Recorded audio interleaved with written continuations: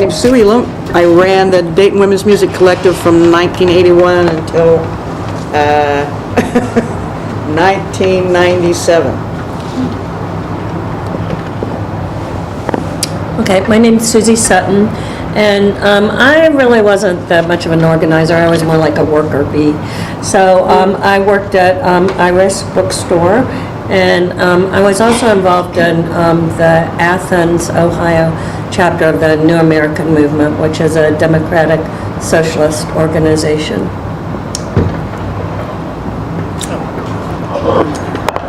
I'm Joy Schwab, and I was involved in Dayton Women's Liberation in the, well, probably around 1970, 71, 72. Also, briefly in the New American Movement chapter here in Dayton. Worked as a Vista volunteer working on food co-ops and with welfare rights organizations in Dayton. And 8 years ago went back and with Mary Morgan and a few other people started the Dayton Women's Rights Alliance to try to revive the women's liberation movement in Dayton. I'm Kathy Conley. Back in the early 80s, as far back as I can remember, the first thing was meeting Nancy and Margaret, who were at UD at the time, and we were kind of working peripherally and together on CISPIS. And that's how I met Nancy and Peg. She goes by Margaret now. But and at some point in time, the women started talking about wanting to get together in some sort of women's collective, and the idea of a bookstore came about. So we started meeting to organize Iris Books, and through that collaboration and with the women who were working with the YWCA and the Battered Women's Shelter, that started a new program called Artemis Center for Women and Children, it was called at the time, I believe. And so I worked with Iris Books and was one of the founding board members of Artemis.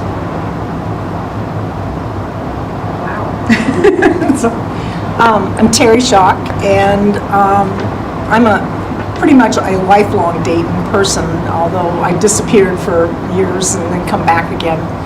I started working at the Women's Center, which was on North Main Street at the time, and about 1974, I moved away for about a year and a half, 2 years, and when I came back, Dayton Women Working was an organization that came out of the National Organization for Working Women's Committee, and it became its own nonprofit under Sherry Holmes and then Noreen Wilhelm.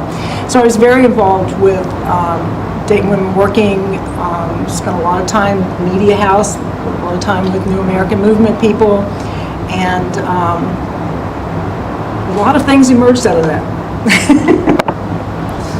My name's Nancy Grigsby, and I worked with these women and others to start Iris Books, and then with a group of women who had worked at the YWCA shelter, and after some terrible things happened there, we all left, and then we watched the burning bed and drank a lot of red wine one night and decided we needed to form Artemis Center, and found fabulous board members like Kathy who said, sure, well, good, let's go do that. So I did that, and then I worked with Kathy and Margaret on the committee in solidarity with the people of El Salvador, the CISPIS group, and then Margaret and I had a little, tagging porn shops operation late at night that we also did in our spare time. I have some pictures. We always went back and took pictures of our work. So I think that's pretty. And we were just remembering this group called Radical Women United, which I'm not really sure what we were. We were just sitting around talking about socialism a lot. I don't think we ever did anything. We were just saying maybe we're just raising our own consciousness, was that group. So. This. Oh, can I say something else really quick? And I remember, when you were talking about the importance of this initiative, I remember hearing that there had been a women's center before my time on North Main Street, and when we were looking at the house to put Iris Books in, we found the address of the old Dayton Women's Center. We went over there and peeked in all the windows of the house to see if there was any boxes of stuff left, because it was empty. That was my only connection. I never knew anybody who was involved in it. And maybe you remember, it was owned by somebody in Dayton who was real supportive, and they let us have that. You know, I don't think we charged rent for this to be there. And then, but then I think after the Women's Center moved out, it was a rental unit again. Yeah, well, actually Barb Roberts, who worked at American Friends Service that's who Committee, it was on was. the Dayton View Priority Board and got some federal, And she got some federal funding to do the Women's Center. And so her and Mary Morgan really worked and got the Women's Center up and running. Okay, and do you remember what year that was? Got a bad on you. Probably 72, I think, 71 or 72, because I came back to Dayton in 71, yeah. Yeah, That sounds right. yeah. Great segue. My name is Pam Canine. I live in Yellow Springs, and I was involved with WYSO Radio, starting basically in production. WYSO it opened its doors to the community back in the early 80s. It was very much community radio. And once I felt comfortable with the production work, being behind the mic, I became involved with the Women in Music show.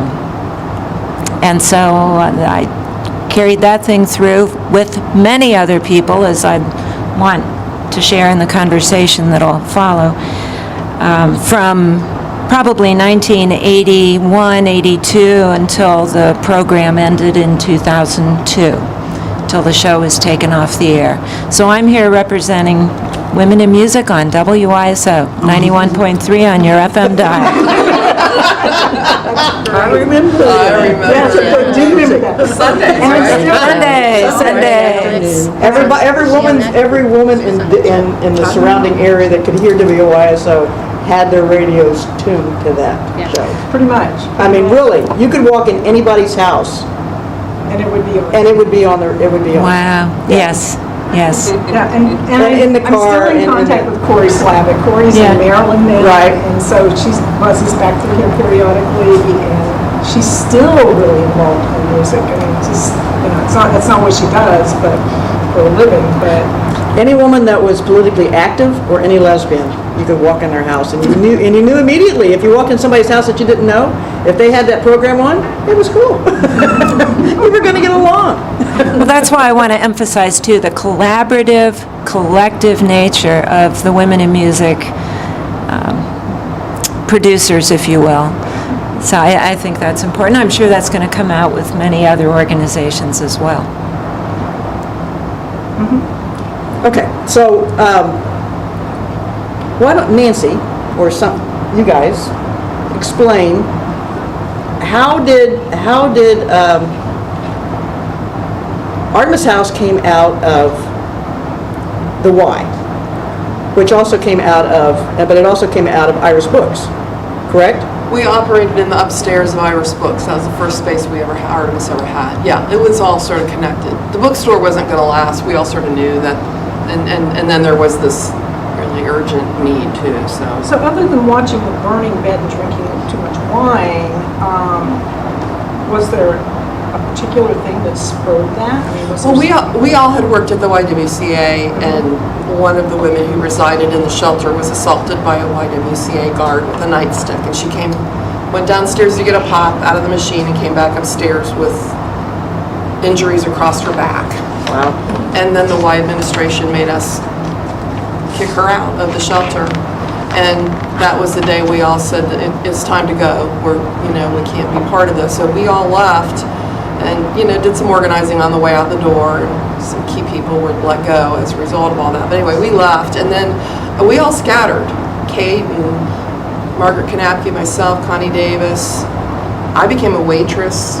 We were heartbroken. Yeah. I'd worked there for 4 years. I mean, we all put a lot of time in that place. And what year was that? We all left in '84, So when did the Y though start their project? late '70s, Late 70s. 79, 80. Because I went there as a women's I went there as a student from UD. I was on my 3rd degree at the time, trying to figure out who I was going to be. And I met a woman in a women's studies class who worked at the shelter, and I had never even heard of a battered woman, didn't know anything about that. Right. And volunteered at the Y in '80, and then got a job there, and then worked there until we all left. So. And when did you guys come in? Well, I'm thinking, put a little history about how Dayton Women's Liberation got There started, you which go. is also covered in Judith Ezekiel's book, Feminism in the Heartland. Actually, there was kind of an alternative media newspaper in Dayton called the Minority Report. And there were some women involved in that paper, Jan Grissinger, Kathy Klein, Joan Edis, if you think of other names, let me know. So they were all in the Minority Report. And, and there's some other name that I can't think of that I didn't know that was in it, but, one of them saw something about, women's liberation in New York, and so they got together and started talking, and Mary Morgan got involved in the group.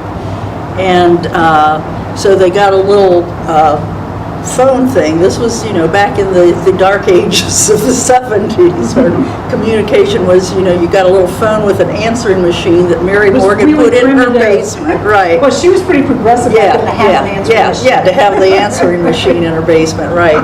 So they put a little ad in the Dayton Daily News, Dayton Women's Liberation, and the phone number, and women started calling the number. Wow. And so then they, just started spinning off consciousness-raising groups, groups of about 6 to 8 women who would come to meetings, and they'd say, consciousness-raising group is just, a small group of women, you sit, talk together, and talk about your experiences as a woman. And boy, that radicalized you when you found out that you were not alone, that you were not the only one that was suffering from, sexual harassment at work, or not able to get a work because you were a woman, or because, you have, expected to do everything at the house and not be able to get out and do other things in the community. So they had all these consciousness-raising groups, and had, hundreds of people, involved in that. And the consciousness-raising groups would take turns putting out newsletters. Some of them would specialize in going out and doing education. So, that was Dayton Women's Liberation, and that's how I came to it when I came back from Dayton after Bowling Green and was looking for a women's organization. I went to one of their meetings and got involved in the Boadicea consciousness raising group with Katie Eggert and a few other people, and then for a while I was in a consciousness raising group with Mary Morgan and Jan and Joan. And I think a lot of these things kind of sprung out of all of those women coming together. I think that was huge, because I remember that the fact that people sat down in the room together and talked about things that previously hadn't been socially acceptable to talk about. Yeah, well, you just didn't talk about it. And in fact, you probably thought that you were the only person with this problem. There wasn't even the vocabulary to talk about. No, there weren't no. terms like sexual harassment, date rape, domestic violence. Right. Those terms didn't exist then. They came Those out of terms all came of out. these discussions that women were having. Another woman who was involved in the Dayton Women's Liberation Center, I don't know if it was in its inception or later on, was Maggie Rack. And I took a sexuality group from her there. And we did such interesting things in that group. One time what we did was we each wrote about our orgasms and then shared it with each other. And that was so interesting. I mean, it was such a liberating thing to do. And I mean, who talks about their orgasms? Well, not only that, but at that time, a lot of women didn't even think that was a possible thing. They didn't even know it existed. Right. Another thing we did was we went down to one of the porn shops. I don't remember if it was on 3rd or East 5th, right down near downtown there. And we decided we just wanted to check it out and see what it was like. We weren't going to really protest. It was more of an information gathering, but we went down as a group. There were probably like 10 of us or something like that. And the guy behind the counter got real nervous. And so he said, well, women can only come in here if they're escorted by a man. And a guy said, I'll escort all of them. And so we all got to, we all went in and saw the place and saw all the sort of sex toys and the objectification of women stuff that they had. And it was kind of interesting. It was an eye-opener, because who would go, women didn't go into places. Well, no, like back then, that. we didn't think about sex at all. We didn't have sex back then. Men had sex with us, we didn't have sex. Right. Yeah, I was just watching a documentary on the 60s last night. It Oh, was yes. really, they attributed CNN. Helen Gurley Brown Gurley Brown, right. and her books for actually, bringing out, hey, women can have sex outside of marriage. I can't remember if it was in that group also. I know I was in a group in Athens, Ohio with Jan Griesinger, and I think it was with, I know it was with her. And so it was a consciousness raising group, and I know that we looked at our cervixes in that group. So we all got down with speculums and little hand mirrors and flashlights and looked at our cervixes and looked at other women's cervixes. And I think we did that in Maggie's group too. I'm not 100% sure about that, but that was also just a really interesting thing to do to get you more in touch with your own body, and a part of it that you would never ever look at, never look at. There was a workshop on doing that at the Dayton Women's, the house you were just Dayton referencing. Women's Center.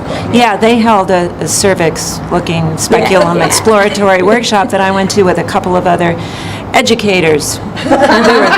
Educators. The three of us, teachers, and they gave us these plastic speculums, and you went off in your little corner of the room and did this examination and talked about it and so forth and so on. But it was really an interesting experience. It was right before Christmas.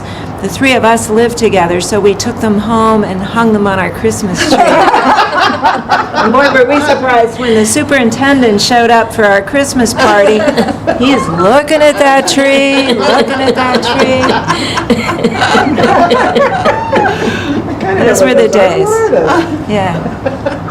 I recognize something about them. I'm supposed to know what that is.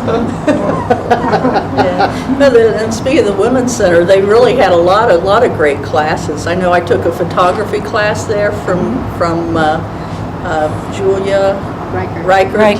Yeah, and they had classes on auto mechanics and all kinds of arts and discussions. So it really was a great thing and reached a lot of women. They really had a lot of classes going on. I think I took the auto mechanics one too, and I learned how to change my own oil. I know. I have a picture of myself under the car changing the oil. That was the only time I did it. What year did that close? I don't know, 72, 73. It didn't Yeah. close. It opened June- about 72, 73. 73. Because it was still Yeah. there Was it when I still? came back in late 76, Oh, yeah? Oh, 77. good, It was good. still Okay, there, so it went but it was for a few kind of years. winding down. Because Yeah. what had happened, I think, and sorry, I'm probably just talk closer to this. What I think was happening when I came back was there was nationally and locally, there was a little infighting with National Organization for Women. Oh, yeah. It was starting to faction off into you're not as radical as I am. It was Yes. a little competition. They also didn't want lesbian. lesbians. They The lesbian. They did not want Right, lesbians. and that in the group. became part of it too. One group said, well, if we let lesbians be out and open and vocal in this, then we're going to lose these suburban housewives. We don't want any part of that. And so you weirdo radicals go do your thing, but you can't be a part of this. I have to say something here. I've been out since I was 16, but I probably didn't get political until the early 80s. late 70s, early 80s. I went to California in 78, came back in 80, met my partner in 81, late 81, my ex-partner. And it was through her that I met Nancy and Kate, and, you know, the doors opened. Connie went to play at a Now benefit down at Dave Hall Plaza, and she said to me, they can't know that we're lesbians or else I won't be able to play. And that was the first time that I really realized that women could like turn on each other. And I didn't understand what is the deal here. And I was really offended, and I tried to talk her out of playing. I said, well, if they're not going to let you, you know, what's the deal? Then don't play. She said, no, I really want to do this. So we played, she played, but we had to like be cool about it. And that's when I decided, no more, I'm not doing this anymore, you know? I'm not playing this game anymore. Either this is who we are, or you're over there and I'm over here and we're not going to get along, you know? And through meeting Nancy and Margaret and Kate, and I mean, they opened big doors for me as far as why my voice mattered and why I should be speaking out and what I should be doing. So, you know, you guys, you don't know the influence you have on people. Well, you know, I think we created what we needed for ourselves. I mean, Yeah, I think so, yeah. I didn't have any place to go, you know, I came out, went back in, came out again, you know, I mean, I had a Right. hard time, and I was around lesbians since I was a small child. I was Right. around a lot of lesbians, but they were all closeted, and I kind of learned that. And so, you know, part of Iris Books for me was for me. I mean, Yeah. I did all that work for myself as much as anybody else, and I remember when it became what it did, that there were hardly any straight women there. It was kind of interesting, you know, but Kathy Colley would be the first person at the women's dance. She danced with my girlfriend more than I did. You know, women really came together, and I remember when we had this huge controversy about S&M.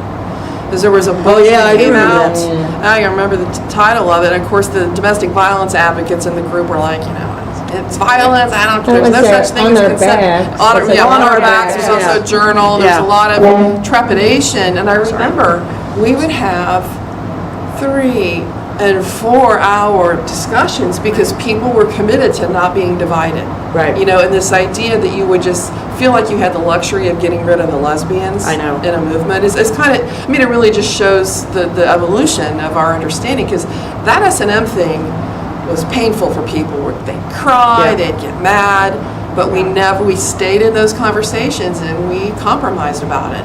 And I remember how painful that was, but it was because that space was so important to us. We weren't going to give it up over Right. something, over an idea, you Right. know?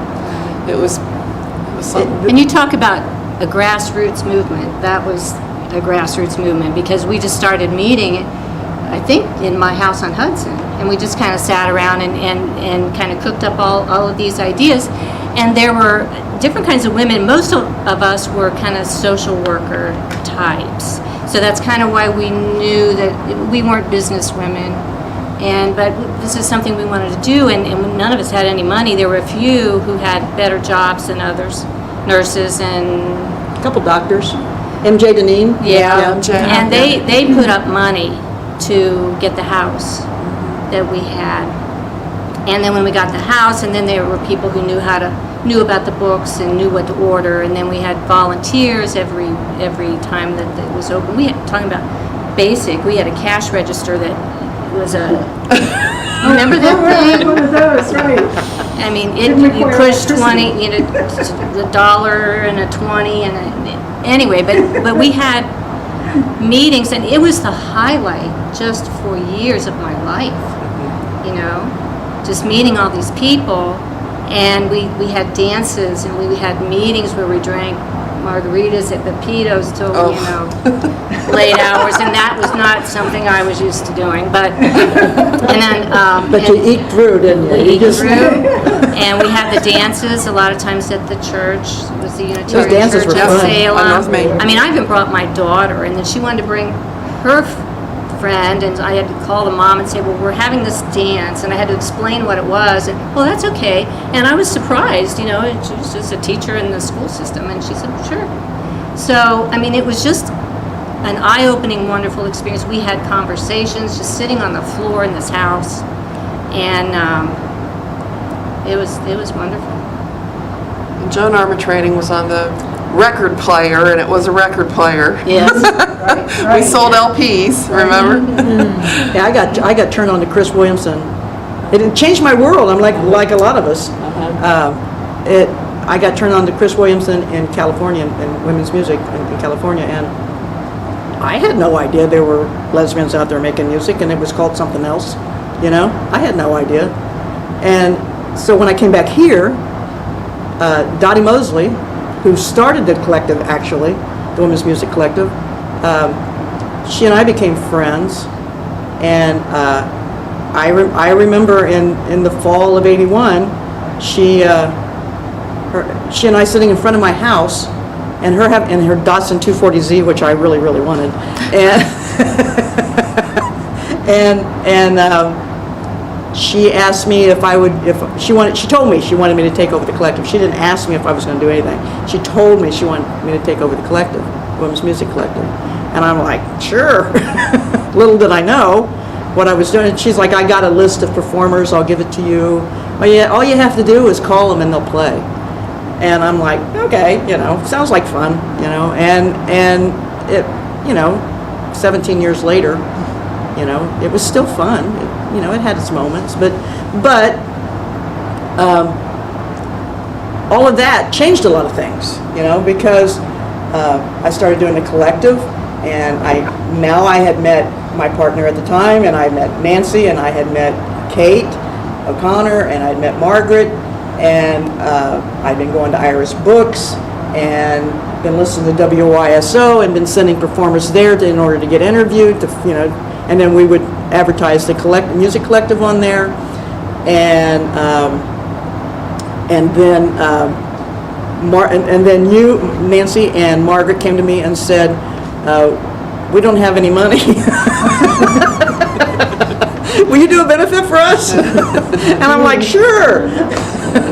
And so we did the first benefit for you to get your phones installed.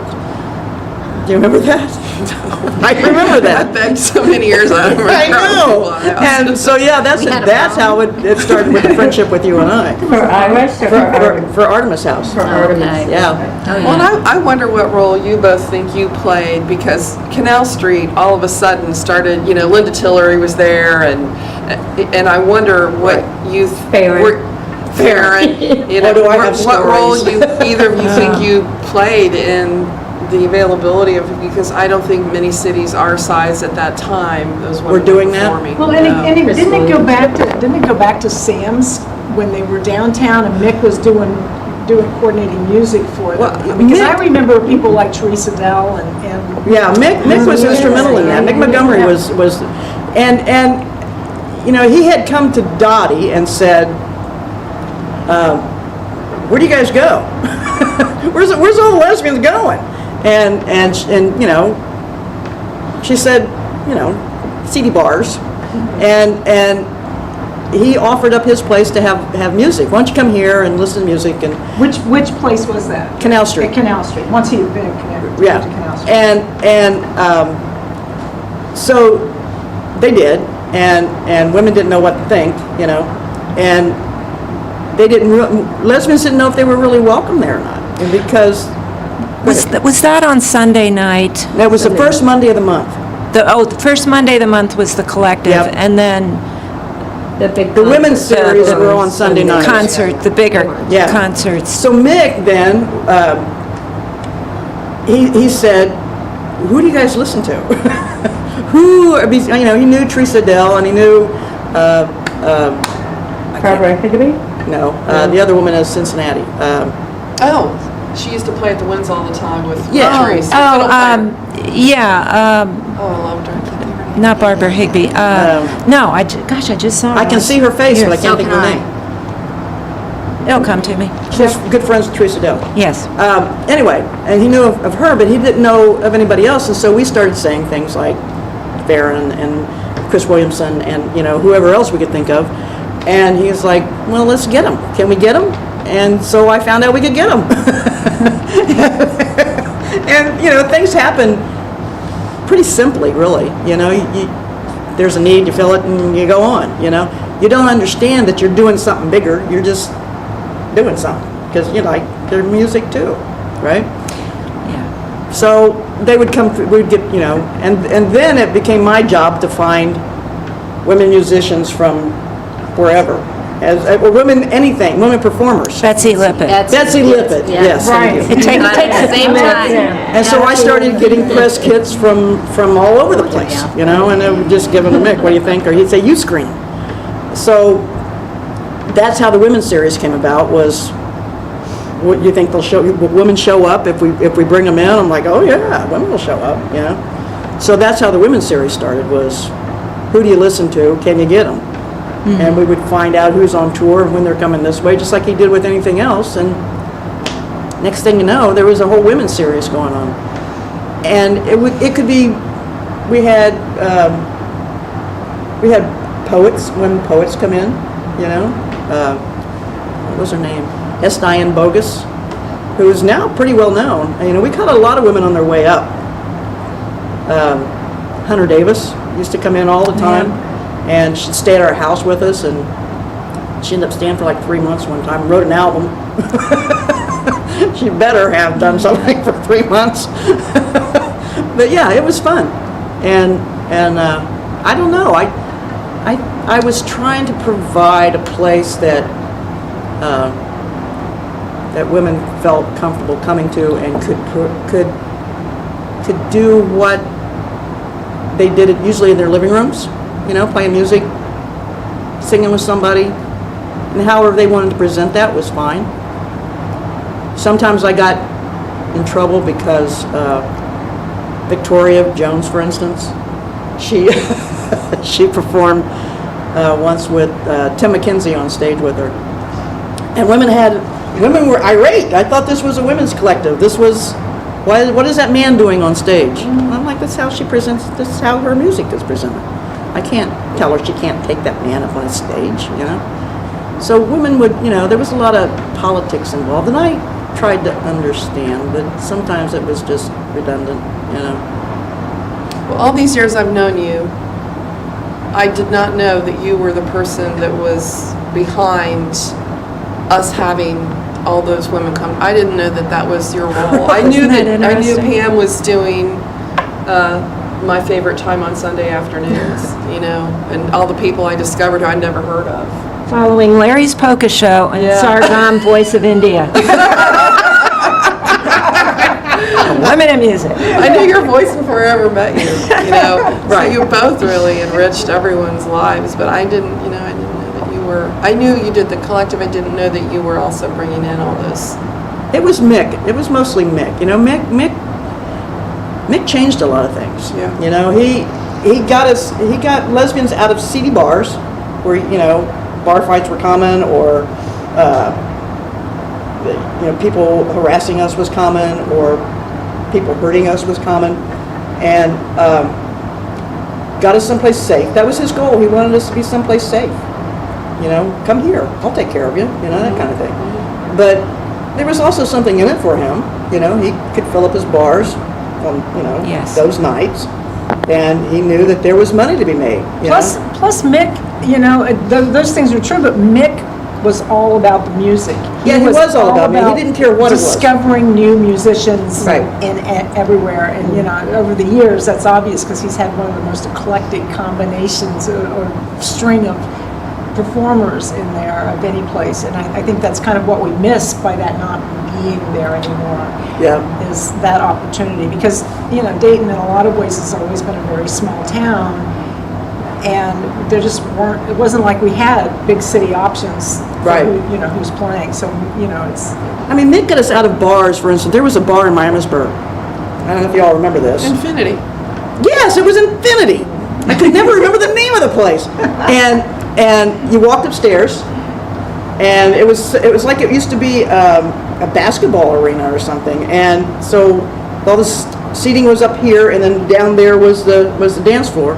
And rednecks in the neighborhood would get tired of the queers being down at the bar every now and then, and they'd get looped up, and they'd come in with baseball bats and start beating on people. And the cops would take their time getting there. You know. Yeah, I couldn't remember the name of that bar, saved my soul. And They so... played Rock Lobster. I remember that Rock Lobster, everybody would get out of their seat, go down to the floor and dance. Yeah. But, so he got us out of places like that. And got us into some place that was nice and safe, and we could listen to music, and, you know, we could do what we needed to do, and we could do benefits there, and we could do anything we wanted to do, as long as, you know, it was... Well, and I think, you know, just like listening to you both talk about your role in promoting women's music, which I also didn't know was a thing. And so then I'd listen to your show, and I'd listen to people I'd never heard of, would have never heard on the radio.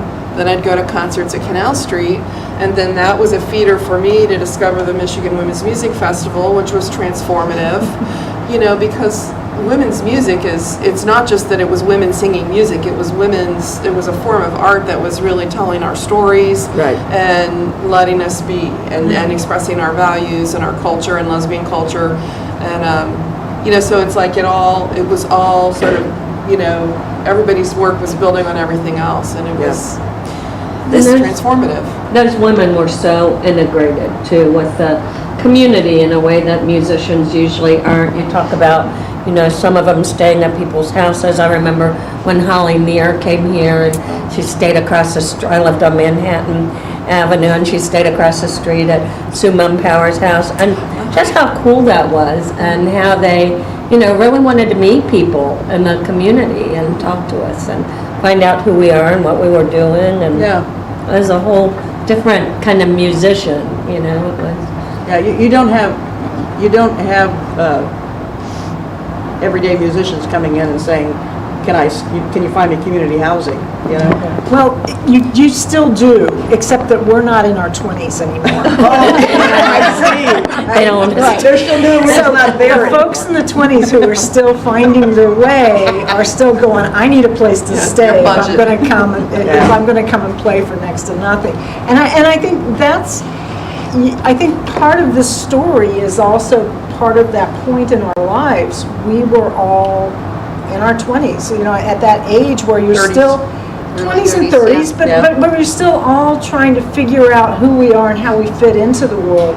But here's this incredible opportunity that maybe our mothers didn't have in their generation, to be able to you know, out of the consciousness raising, to come and sit down together and kind of compare notes about what it means to be a woman, a young woman, you know, in that period of time. And I think that, you know, it was one of those almost perfect storms for that time, for this group.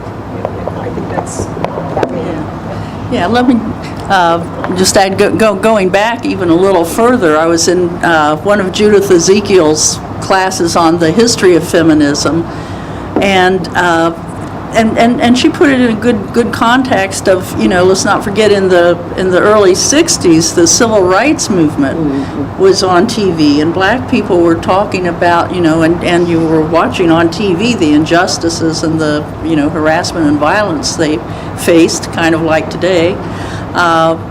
But, you know, out of that movement, you know, it kind of then SDS, the Students for Democratic Society, kind of sprang, and the anti-war movement, and they took a lot of the tenets from the civil rights movement of direct action and nonviolence.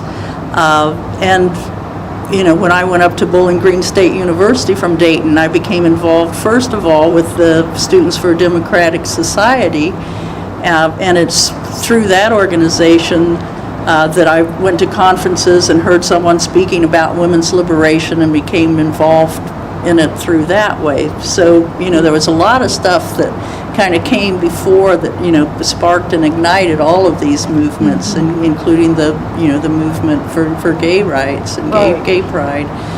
But the thing that reminded me about that, when you were talking about the musicians staying at home, our SDS chapter, someone wrote to Phil Oakes a singer at the time who was fairly prominent, we need a fundraiser for our SDS chapter here in Bowling Green, Ohio.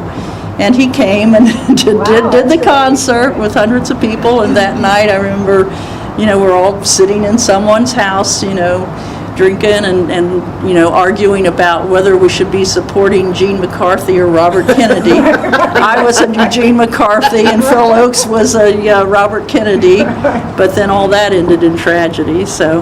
Well, too, I think that women by nature, but lesbians in particular, seem to be peace activists. And, all these groups that we're talking about also were involved in, getting Reagan out and, Reagan being an idiot and, and all the marches around here and the rights marches and, whatever. So, it's interesting how all these groups actually are part of the bigger whole, Connected.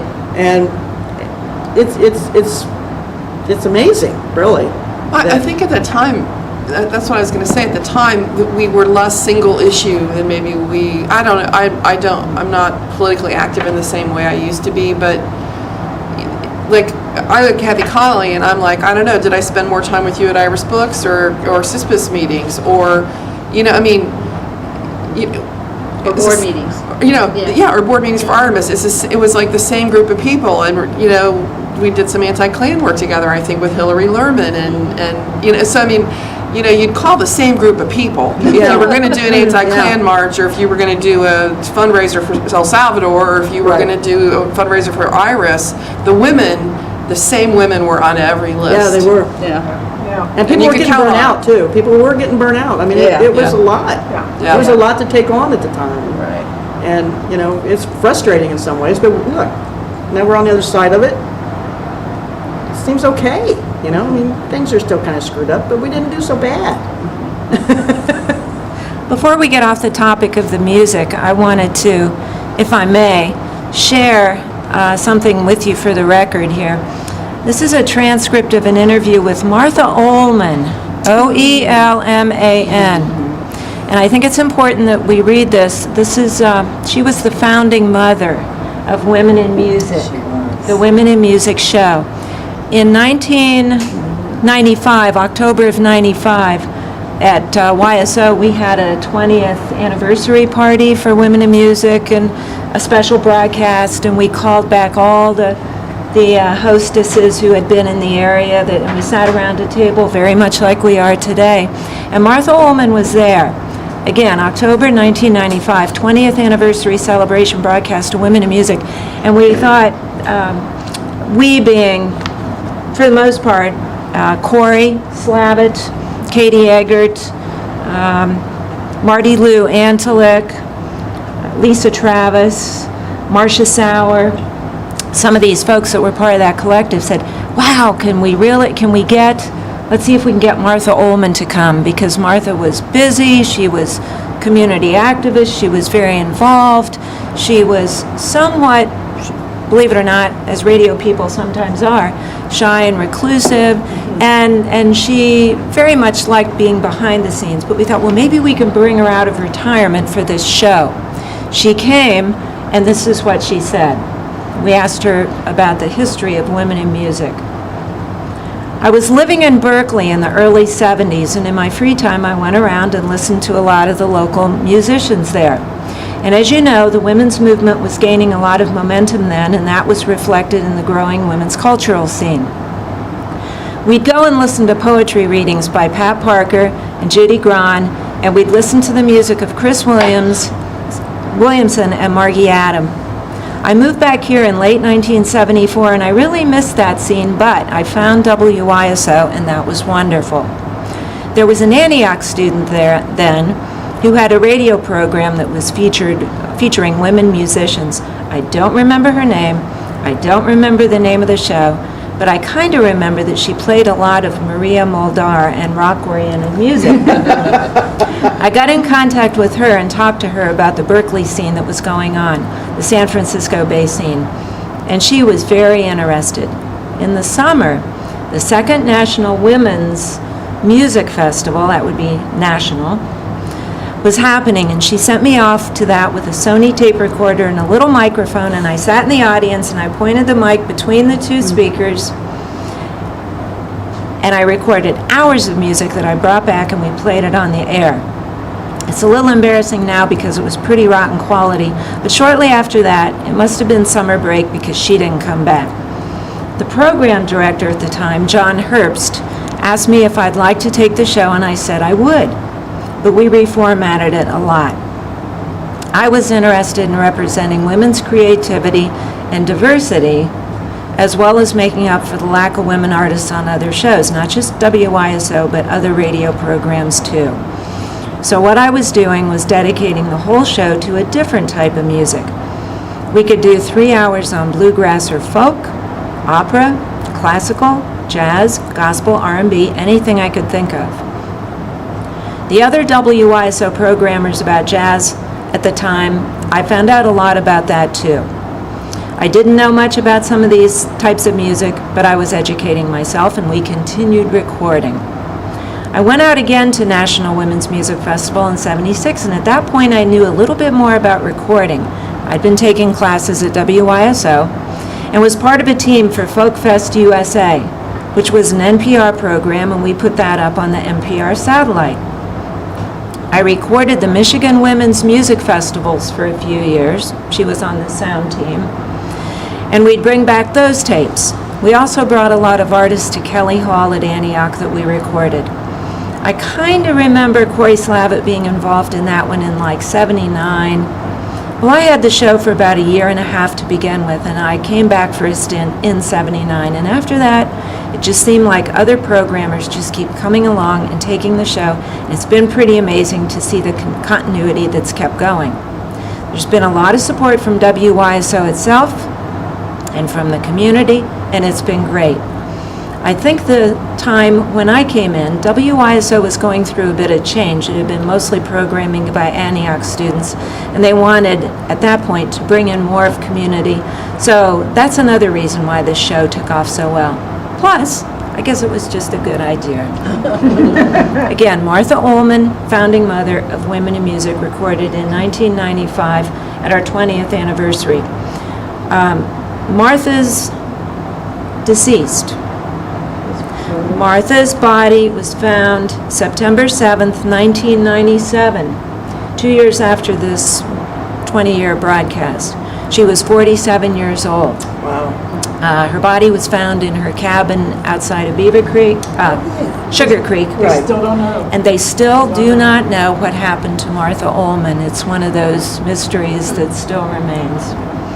So I want that to be on the record. It integrates a lot of what so many of you are already saying about the excitement that was bubbling and boiling up. So Women in Music grew out of Martha's efforts, combined with some of these production efforts I was describing to you earlier in the early 80s when YSO was saying, come on in, community. Here's a microphone, here's the tape deck, go do production, go do a show. I know there was a wonderful show, production made on Take Back the Night, one of the Take Back the Night marches at Antioch in the mid-'70s.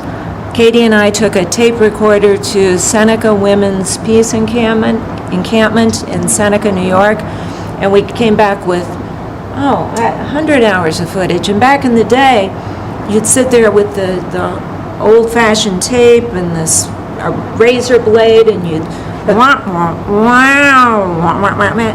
line it up just right, do your cut, do your tape splice, and that was the way production was done in those days. But that's the way we honed the skills and got totally into radio. So from that, there were a lot of fomenting groups at WYSO. Lesbian Leisure Hour was around for a while. Mother Jones Collective. Julia Reichert had an early women in music show. International Women's Day, they'd turn the trivia show over to us, and we would do women's trivia. So the production was really encouraged, which was wonderful to see with our local NPR affiliate, Community Radio. And as many of you are aware, our show, along with many others, was axed. Our last show was March 24th, 2002. station manager wanted to bring changes to WISO, some of which made sense, most did not. So he axed several of the long-standing shows, ours being one. And I never forgot, the next day, very shortly thereafter, in my classroom, we had just gotten phones in our classroom, and the phone was ringing during class, which rarely happened, and I answered it. It was Steve Bognar. And Steve said, "Tell me it's not true, Pam. Did they really axe women in music?" And I said, "Yeah, Steve, it's true." Steve Spencer, the general manager at the time, said, "Even Ed Sullivan was taken off the air, Pam," when he called us in. And I said, "Yeah, but Ed Sullivan died." You know, there's a difference. There's a difference. So, at any rate, out of that conversation on Steve Bognar's part grew keep WISO local. And then they started, that was the impetus for keeping community programming and shows like ours on the air. And those papers, I was the recording secretary of that group for a while. So those papers, posters and trivia events, those I gave to Nina Ellis, general manager of WISO, and she was going to do the same thing, go through and have those papers archived. They also took the many tapes and later CDs that we made on the Women in Music show. CD technology in 2002 was pretty much where it was at, and we were able to start recording our shows on CDs. So I turned all my recorded shows and CDs over to WISO so they could preserve these and change them into a digital format and thus keep samples of our programs. So again, I just really want to emphasize the communal, cooperative aspect of that show.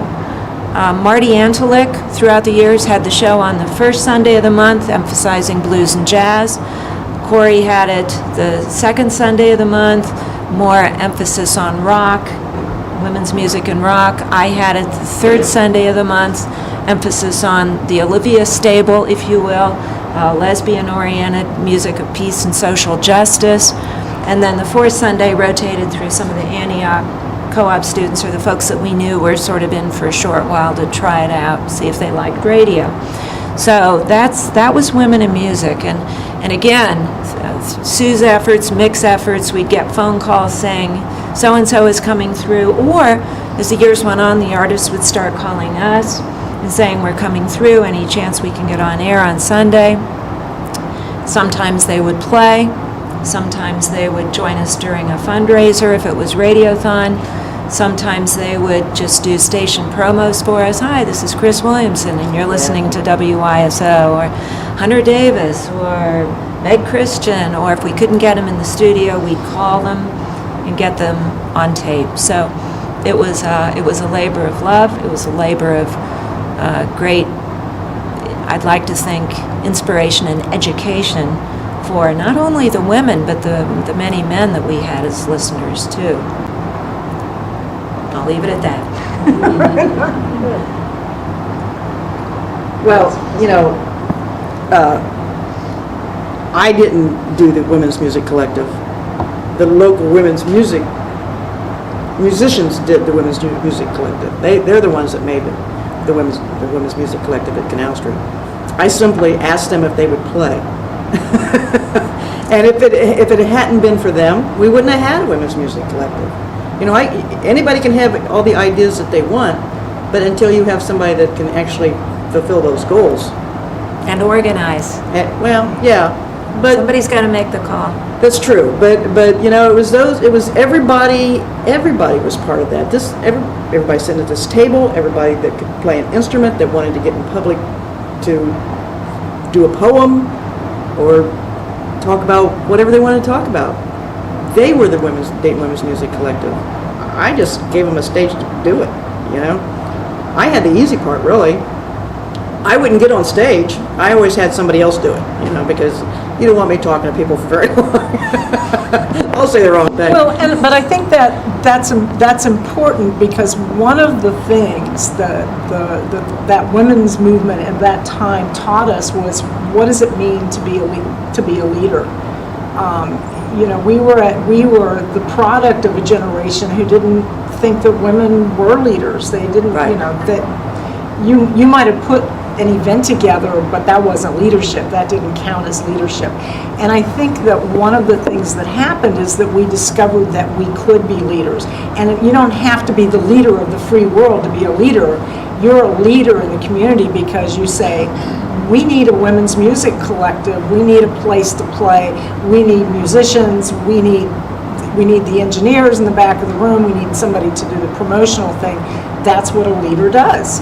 They don't play the music, they make sure the music happens so that the rest of us can do that. And so I think that was one of the big lessons that came out of that period, is that yes, indeed, women can be leaders, and we need to start respecting what that means. There's so much local talent. It's pretty amazing. I mean, I don't know if there still is. I'm assuming there still is, but particularly with women. I mean, there was a lot of women who didn't think that they could play the guitar, and they were damn good, And, we had Monica Schroyer would come in and do sound for us for free once a month because she liked the idea. And now she does sound for the city, I mean, she owns a big sound production company. She's good at what she does.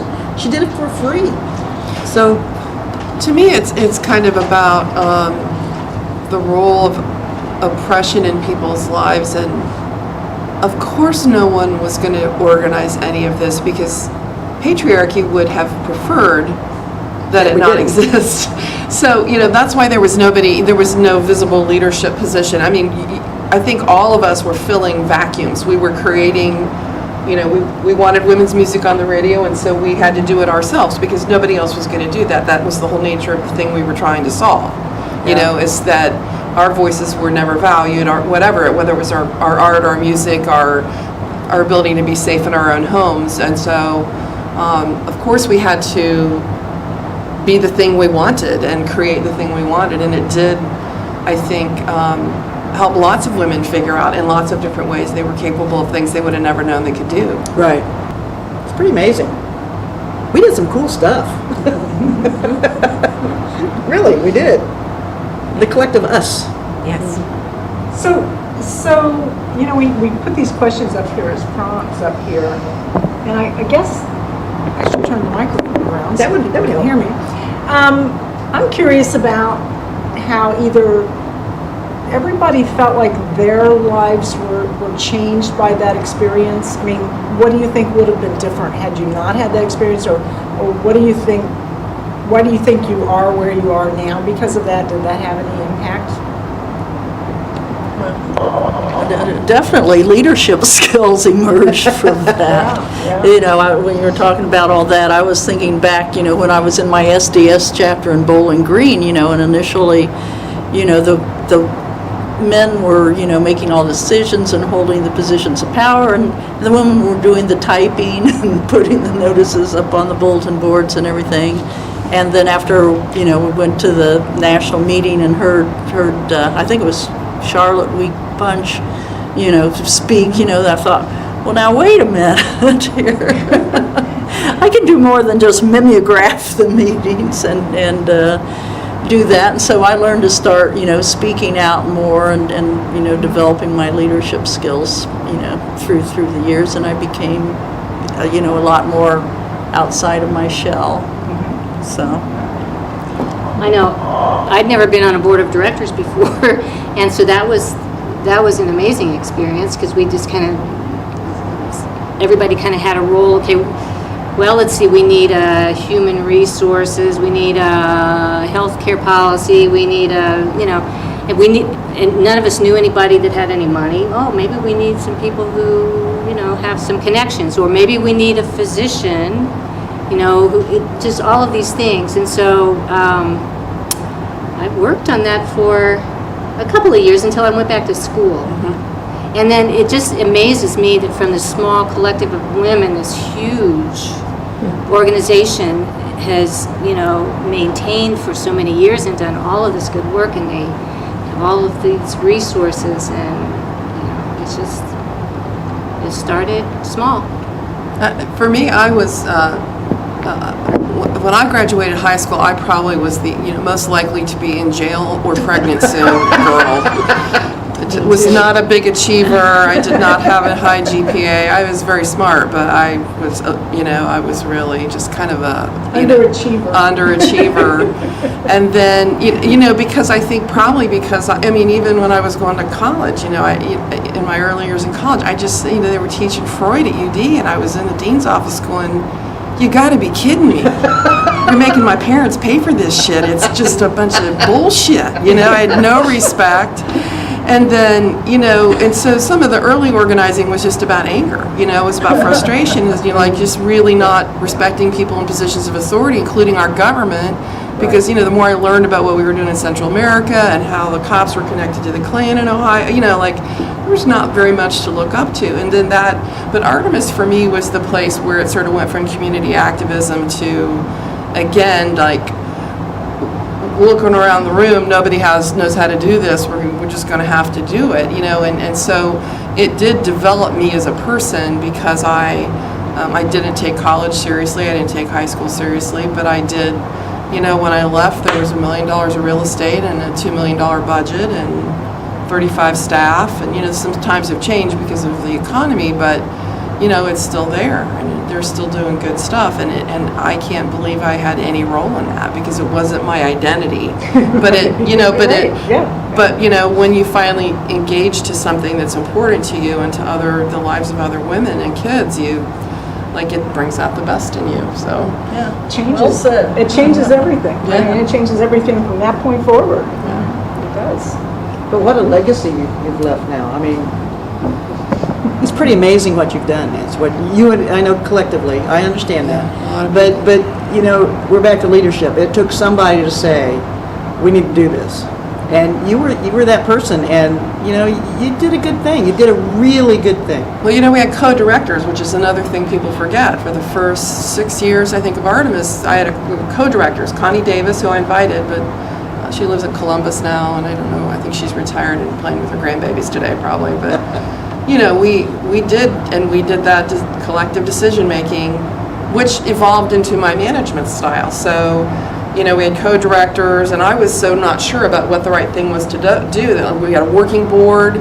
They were making decisions about day-to-day operations. We were all really in it, doing it. And then when we finally sort of became a more mainstream nonprofit with United Way funding, most women who worked at Artemis will say it was the best place they ever worked, because they had a lot of responsibility. The management team made decisions together. It really affected, all this collective music I was listening to, and, all this, the way women used to do things, and I think still sometimes do it, it affected even how that place was run, because it was But even better with the that way. co-directors, I can remember the early days of Kate and Margaret, and you trying to get women out of bad situations and taking them someplace safe where there was no place for them to go. And so you would find them safe houses.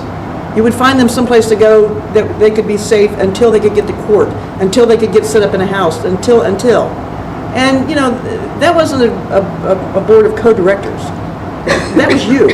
And you saved some women's lives. You personally saved some women's lives. And Well, I think all of us did. Well, I think yeah, all of us, you did. Ann Whiteman is another person. Who, Ann Whiteman, yeah.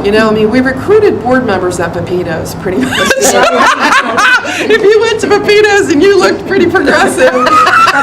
That's why they're called bad blondes. Yeah, that's right. You never knew when you were getting volunteered. Peg recruited Ann Whiteman at the bar at Pepito's. She went up to order another pitcher and heard this woman talking, and she sounded really interesting, and they struck up a conversation. And then she brings her back to the table and says, "I have another board member." It was very much, finding progressive people who, Well, speaking of Ann, this is kind of off topic, but Leslie Schuld will be in town next week. Next week, And it's Ann's birthday party, so we're meeting at Pepito's Yeah, down on in Wilmington, Wilmington. so everybody should come Yeah, everybody And I'm should like, come. I have, I brought some pictures, and I have a picture of, again, thinking about women's strength and women's voices and all. Leslie was this little young, blue-eyed, blonde, very timid UD student. And I remember the first time she came to a CISPAS meeting, and I was like, and I remember her at the Canal Street one time at a fundraiser for CISPAS. She and I going out in the parking lot, and she was crying, and she said, I can't take the suffering that these people are going through. I have to do something, and I don't know if I can do this work. And within 2 years, she had moved to El Salvador, and she's been there ever since. Yeah. But I have a picture of Leslie the day that she and Jacques Demers, Peggy Woodrow, remember Peggy Woodrow from the collective, Leslie, we painted a big banner. Casper Weinberger was speaking at the convention center. We painted a big banner with, bloody handprints all over it. It said "U.S. out of El Salvador." Blood of their hands is on your hands. And Leslie had this cute little dress, and Jacques put the big banner under his suit. And I have pictures of them as we sent them off, and I was the photographer, which was a terrible decision because my knees were knocking and the shot was rattled. But we bought tickets, and, it was a sit-down luncheon. They had flowers, they had salad plates, the whole deal. And he comes up to speak, and there's 800 people there. And little Leslie Schuld gets up on her chair, stands on her chair, steps onto the table with her feet right in people's salad plates, and unfurls the banner, for Weinberger to see. And I'm trying to get the shot, It was terrifying to me. She was so brave. And of course, they escorted us out. But That's the great. point, he was That's he a was great mad. story. He You was still mad. have the picture? I have a picture of the day they left the house, because Jacques had a suit on. They Okay, looked very, that's very gotta go Republican. in some archive Yeah, somewhere. yeah. I'd love to see that. Absolutely. Very early Code Pink. Yeah, right. And I do remember you and Margaret and Kate and going out and tagging porn shops and I remember stamping gay money. Yeah. Stamp gay money on Yeah. our money because they didn't believe that we spent money, Yeah. And Yeah. it did change things Yeah. little bit by little bit. Well, but- and you might remember that there was a snuff film that was shown in Dayton, and snuff films were a form of pornography where Right. they're theoretically they claim that the woman is actually killed during the video of the making of the film, and so all of us got together. I don't know who here at this table, if anybody, we all watched it. We had an EMT with us, and she was actually trying to decide if she thought this woman actually had died. But we said, if we're going to protest it, we have to look at it, and we did. And then we all went down to the one, it was right at the corner of 3rd Street and across from the library. And I've got pictures of that demonstration where we were just, Third and St. Clair, horrified. yeah. They were making that available. Well, I would say back to the, how to your life change. For me, it was personal was how my life changed because I had maybe like brief affairs with women, like one night kind of things. But I never had been in a lesbian relationship before I got involved in Irish Books. And when I did there, I fell in love with a woman. And it not only opened up that relationship in my life, but the whole lesbian culture. And I had no idea what a rich culture that was. And to this day, it astounds me. And I am so thankful to have had that influence on my life. You mentioned the Michigan Women's Music Festivals and just the goddess worshiping and the paganism. And I mean, it still profoundly affects me to this day. I don't know, the culture is so rich. And I don't know if people are aware of that, if most people are aware of that gays and lesbians have been, I think, just in the forefront of, and I know a lot of the changes that are happening in our society nowadays are traditional, like, gays in the military and gays getting married and things like that. But, I remember, when a lot of lesbians would say, I would never get married, it's an institution of patriarchy and monogamy, just the radicalism of it and how in the forefront of change gays and lesbians are in our society. I don't think we still, as a society, recognize that. I don't think we recognize. So you would go maybe to Michigan and see these women that just look, pretty dykey, and you wouldn't think they'd be radicals. And they were. And you'd look at them and think, no, these are conservative-looking women. But you'd listen to what comes out of their mouth, and it's about the goddess, and it's about leftist progressive causes, and it's just, it opened all that up for me, that I had no idea. I didn't know that they were. And then spiritually, I think it opened up a real line in myself too, that for the first time in my life, spirituality made sense to me. And it's because of the women's movement, and in particular the lesbian feminists or lesbian movement, because of their way of expression of that is so unique and so grounded into the earth, and it just feels so right. It may be important to note that last year was the final year, the 40th anniversary of Michigan Women's Music Festival. So National goes on, but there is no more Michigan Women's Music Festival. I know Nancy went to that. Did you go to that too, the last? Yes, Which we saw each other on the path. we Up absolutely to the did. acoustic stage. That's right. Do you think that's because women's music is integrated into mainstream music now, or why Well, do you think that in this is? particular case, it's because the founder and the owner of the land retired. But I do think it goes beyond that, because there were really no other viable options that were presented for retaining the land and keeping the tradition going. That was pretty much Lisa Vogel's thing. But that was part of the excuse that was given by the station manager at YSO to women in music, that your time has come, it's come and gone, and the music is integrated, and they're no longer, go to a record store if you can find one, and there's no longer a separate category for women's music. Look at Melissa Etheridge, look at, we can start looking at many of the performers now. But I would argue that there very well could be a place reserved for women's music, just perhaps shifting more from the lesbian feminist viewpoint to that of social justice, which has always been a major part of the women's music movement. They weren't singing about Maria Muldaur and Midnight at the Oasis. It was more of that sense of what can we do politically and educationally and for world peace, if you will, for just that whole category that's become known as social justice. Well, go ahead.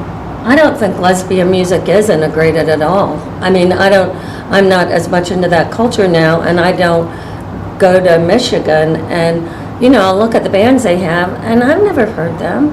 I've never heard those bands play. You don't hear I mean, Chris Williams on the radio. When No. Sweet Honey and the Rock came, that was like, oh my God. Finally they're getting a band that is, integrated in the women's movement. And that's, there are women in music, but there's not women's music. Right. With a Y. Yeah. It's interesting because we're sitting here the week that those of us who go to Fest would be packing up to leave. It would be next week, and Yes. this is there's a collective angst in the lesbian community and the lesbian music community about the loss of the festival. And I'd add that I think part of it was maybe people not financially being able to support the festival, but the festival was actively boycotted and attacked by the trans community, and that remains a big question mark in terms of, two social justice issues, both legitimate and people getting divided enough that they lost something maybe really important. There could have maybe been a way, I think, had the festival been financially feasible for it to continue. I think that it could have been handed over, but it wasn't financially feasible anymore. And I don't think it's for a lack of interest in women's music or lesbian music. The music I've discovered as a 59-year-old woman going to Fest, Bitch and, some of the other women who play. I would have never heard of those women, never heard of those women. And I won't hear of those women, anymore. I don't know where I'll, encounter their art and many of those women have been boycotted because they came to a festival that was only for women because of the festival's mission of preserving women's space. And so I know, it's a larger conversation, but I think it's important to note that. I agree.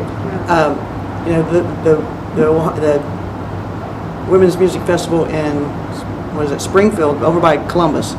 Oh, the Ohio Lesbian Festival, which is in September. It is coming up. And what do you think about that? I'm going to go because I want to be in women's space and hear women's music. Are you? And I think that's the emphasis now, national aside, which still goes on with Michigan folding. The regional festivals are becoming more important. And there are many women's music festivals, which is where many of these artists who are still performing will gravitate toward those festivals. Do we need to bring back the Dayton Women's Music Collective? Maybe. What are you doing? What are you doing? I don't Get know. some young whippersnapper. Get some of these little young whippersnappers around to take this thing over. I think maybe the time has come. Maybe I tell you, I am a bit of a separatist, though, that I think that it should be run by a lesbian. And I do, because it always has been, and I think that should be the main focus. Otherwise, we're going to end up with women who could get on stage at any place. Whereas lesbians aren't always welcome to play their music anyplace. Well, I think we're at an odd point in history. When I lived in Atlanta, there were a lot of affluent LGBT folks, and I heard the phrase post-gay, which I had never heard before, and I hope to never achieve that status in my own personal life. And it just was this idea that money somehow mitigates. It was just bizarre to me. So I think we're sort of confused right now about, do we need separate women's space? Do we need women's concerts? Do we need, and then somebody mows down 49 people in a gay bar in Orlando, and we go, oh yeah, right, yeah. We still do need our own space. We still do need to be sure that our culture is out there, or it will be missed. And so, but it's an odd time right now. It is. When I came back from living in Canada, I lived in Asheville, North Carolina, with Kate and her then partner, and Asheville was billed as a she-ville. If you look online, it's billed as this lesbian mecca, and I thought, well, this will be interesting. Good community. I get down there, and I'm wandering around downtown, and I'm like, well, where's the women's bars? And I go to Kate, and I'm like, well, where's the women's bars? And she goes, oh, we don't have women's bars here. I'm like, well, what do you got? And she says, well, our bars are all integrated because, it's a really integrated community and everybody's very accepting. And it's not, there's a culture there that's missing. There's anybody can go into any bar, but that's not what I'm looking for. I'm not looking to go, pony up next to somebody at the bar and then sit with a guy over here. I'm looking for that space, that sacred space where we have discussions and it's ours, So, now people can walk down the street holding hands and it's a little bit more acceptable and people aren't quite so freaked out by it. And yes, people can get married, but that's all superficial stuff. There's something else that's missing here, and there's a culture there, and there's a history there, and we need to keep that going because there's a reason for it. Well, as she said about paganism and women's religions, and how the collective changed me was during that process. I met my best friend, Deborah Pasha, and she's Wiccan, and she turned me on to goddess religions, and she turned me on to all of this. And so not only was I getting educated with women in general, lesbians, but I was getting educated in women's histories, of our religious past, of where we came from, our spirituality. And so those two really did go together for me, and I could see the connection without you talking about it at at Irish Books or at the Collective listening to music, I knew that there was this other thing that we all knew about, even though we didn't talk about it. It was just there. It's a spirituality between women. And it continues, and it's going away. As women's spaces are disappearing, that is going away. And we need to, that's even more reason to cling on to that, because it is important, and they are trying to get rid of it, Christianity is trying to dominate everything. And we can't allow that for a lot of reasons, no more than we could allow it then. Well, the other piece of it, just thinking about the analogy to the community of women in this country that have been fighting for women's safety. So the people that have been working at places like Artemis, and there are thousands of them around the country. And there's this, you'll look at the little bags from our conferences, and it'll say, from grassroots to professionalism. And I'm like, no, flip those.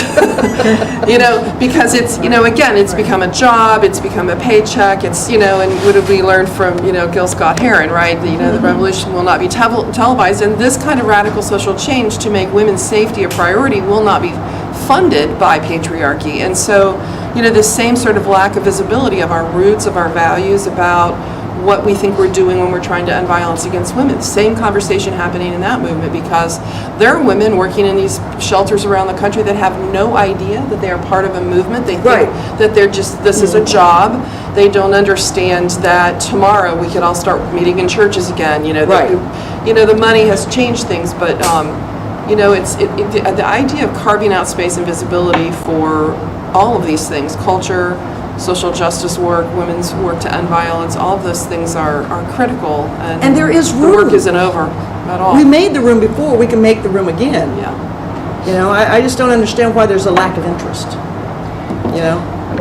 It's 4 o'clock. It's ding. And I hate to shut down the conversation, But that's actually a very But- good spot to, that's exactly what I was that could thinking. branch off into a Because whole. there can be more of these conversations. Yeah. And there should be. Yeah. There should be. I was just going to say, wow. Wow. I have learned so much, and I so appreciate what you all done, and you coming here today to share that.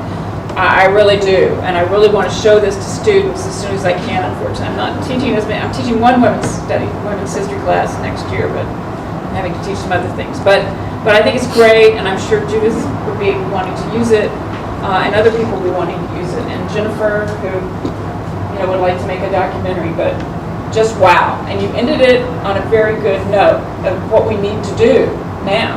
I mean, there's stuff still to do, of course. And we're reaching out to the younger generation, too. So, wow. Thank you. Thanks, everybody. Good job. Yeah, thank you. Thank you, Nancy. Oh, This is great. So for me, the next